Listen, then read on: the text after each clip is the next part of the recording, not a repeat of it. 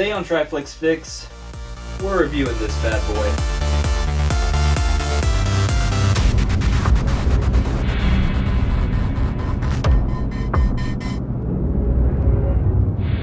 Guys, this is TRIFLIX Fix. I'm Tristan Watkins, and let's answer some questions! Tristan, I don't have a lot of time to work on projects. How can I work smarter when filmmaking? Research and practice. I know it sounds cliche, but the best way to learn how to work smarter is either learn from other people's experiences or your own. Honestly, that question's so broad, I don't know how to dissect it, whether you mean on the editing standpoint or filmmaking in general, or the setup before you start filming. I'll give you 3 tips. The first one, make sure you have a script written out before you start recording. This will help speed up the time immensely. Number 2, whenever you go to film, try your best to film in linear progression. So don't shoot your last scene before you shoot your first scene. Shoot your first scene, shoot your second scene, shoot your third scene.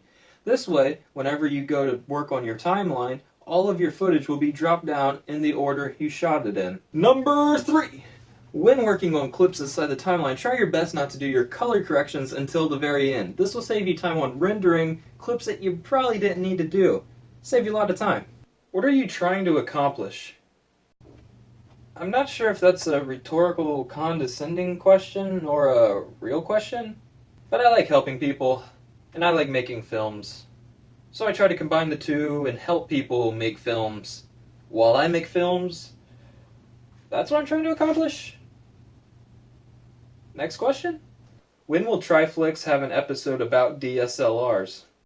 I would love to do an episode on DSLRs as soon as possible, but the thing is, there's some people out there without even good editing software, which I'll be doing an episode on soon. There's some people without equipment, which I will be reviewing soon.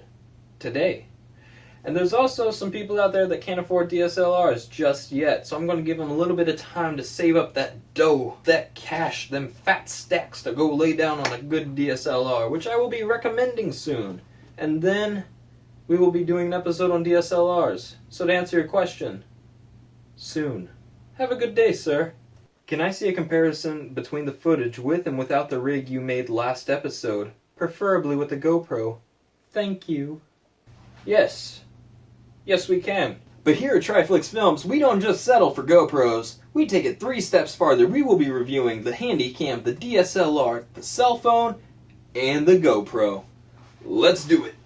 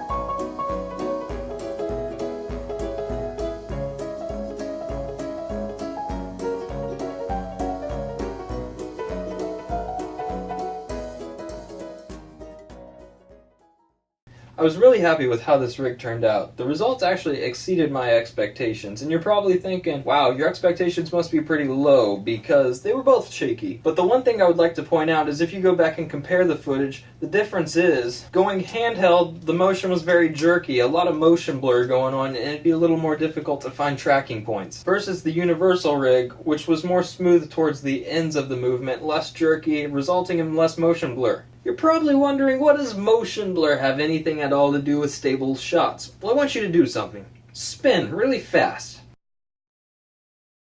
And there's something you should have noticed whenever you're spinning. Everything starts to blur together. Lines become harder to find. Well, cameras do the same thing, except even worse, because they aren't eyes. Eyes are really good cameras. Cameras are not good eyes. Whenever you take your footage from your camera and put it into an editing software and you want to stabilize it in post, which I showed a couple episodes, we'll have the link somewhere on how to stabilize a shot. But as I was saying, whenever you go to put it in an editing software and stabilize it in post, the motion blur makes it so much more difficult for your computer to track exact points and smooth the shot and make it look more stable smooth. Whenever you have a lot of motion blur, like so, the computer gets confused on where things are at in the shot and starts going all over the place, resulting in a very jaggedy, not smooth translation in between shots. Versus with the rig's movement, less motion blur results in a nice moving smoothness. See what I'm saying? Sponsor time! I want to personally thank Carr Design for all the sick logos they provided us with, as well as design help. Carr Design, best design on this side of the Mississippi. Alright guys, so that concludes today's episode. I just want to make a point. I really liked making this rig. I liked working with it. It's a great piece of equipment. I'll have links somewhere over here, pictures and the links below to these videos. The original one was by Soarpix, and then a link to my video where I improve it. One of the biggest things I want to point out is the thicker metal. Use some thick metal, you can hold some pretty big DSLRs. This is a baby. But you can get some big boys on here, and it'd be nice. If you guys end up building this, let me know in the comment section below, and if you have any questions you want me to answer on Tuesday or Friday or whenever, send those down in the comment section below or put them on my Twitter over here. And as always, don't stop working hard. Woo! This is the most unprofessional episode I've ever done. I was like all over the place. I didn't have a real script and I was kind of like belly dancing on it and whatnot. And like, woo! I don't know what I'm doing either. We're learning together.